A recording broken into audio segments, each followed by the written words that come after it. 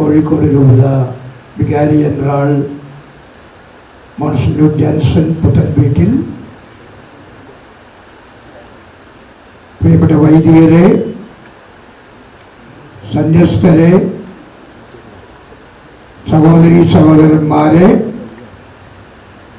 ഇന്ന് ഈ വാർത്ത കേൾക്കുവാനും മറ്റുള്ളവരെ അറിയിക്കുവാനുമായി നമ്മോടെപ്പോഴും സഹകരിച്ചുകൊണ്ടിരിക്കുന്ന മാധ്യമ പ്രവർത്തകരെ,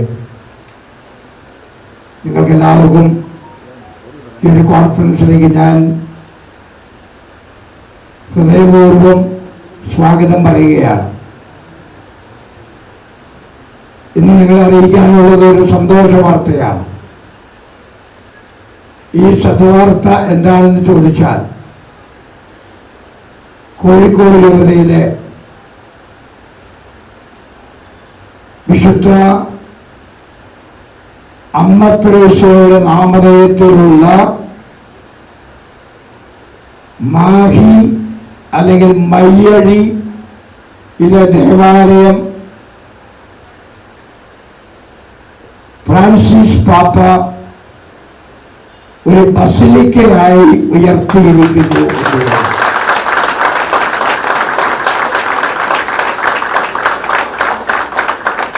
ഇത് വലിയൊരു അംഗീകാരമാണ്. മലബാറിൽ ആദ്യമായിട്ടാണ് ഒരു ബസിലിക്ക മാർപ്പാപ്പ നൽകുന്നത്. കേരളത്തിൽ ആകെ ഉള്ളത് 10 മയ്യഴി പുഴയുടെ തീരത്ത് സ്ഥിതി ചെയ്യുന്ന ഈ അമ്മ ത്രേസ്യയുടെ ദേവാലയമായിരിക്കും. ഇതുവരെ ആ ദേവാലയം അറിയപ്പെടുന്നത് ബസിലിക്ക എന്ന നാമധേയത്തിലാണ്. വാസ്തവത്തിൽ ഇതിനുവേണ്ടി ഒരു അപേക്ഷ മാർപ്പാപ്പയ്ക്ക് വേണ്ടി രൂപതയുടെ പേരിൽ ഞാൻ അയക്കുകയും അതിന് വളരെ പോസിറ്റീവായിട്ട് തന്ന മറുപടിയാണ് ഈ ബസിലിക്ക ദേവാലയം.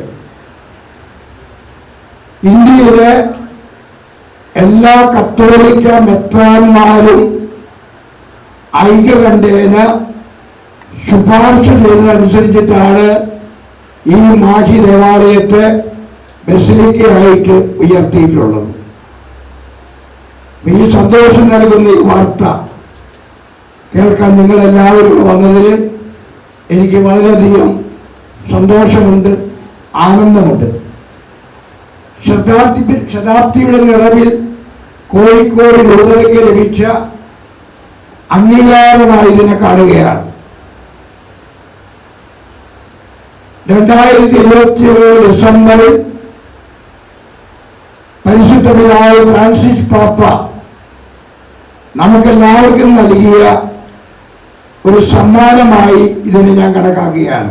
ഒരു ക്രിസ്മസ് സമ്മാനം. മലബാറിന്റെ ചരിത്രത്തിൽ കോഴിക്കോട് രൂപതയ്ക്കുള്ള പ്രാധാന്യം നിങ്ങൾക്കൊക്കെ അറിയാവുന്നതാണ്. ഈ കോഴിക്കോട് രൂപത ഇവിടെ സ്ഥാപിതമായിട്ട് 100 വർഷങ്ങളായി.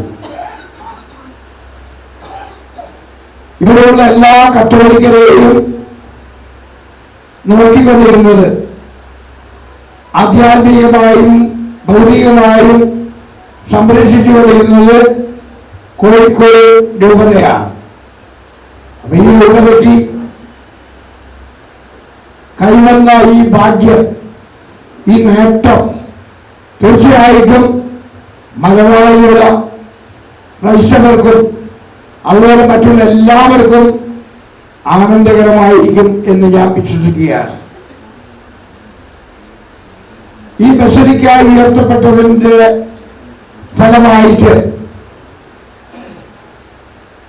മാർപ്പാപ്പയോട് ഏറ്റവും അടുത്തു നിൽക്കുന്ന ദേവാലയമായിരിക്കും ഈ അമ്മ ത്രേസ്യയുടെ ദേവാലയം. മാർപ്പാപ്പ തരുന്ന ഒരു പ്രിവിലേജാണ്, ഒരവകാശമാണ്, കടമകളോടുകൂടി നമുക്ക് ലഭിക്കുന്ന ഈ ബസിലിക്ക. ഈ ബസലിക്കയിൽ പോയി പ്രാർത്ഥിക്കുന്നവർക്ക് പ്രത്യേകമായിട്ട് ആധ്യാത്മിക നേട്ടങ്ങൾ ഉണ്ടാക്കുവാനായിട്ട് സാധിക്കും. പൂർണ്ണ ദണ്ഡവിമോചനം പ്രത്യേക ദിവസങ്ങളിൽ അവർക്ക് നേടുവാനായിട്ടൊക്കെ സാധിക്കും.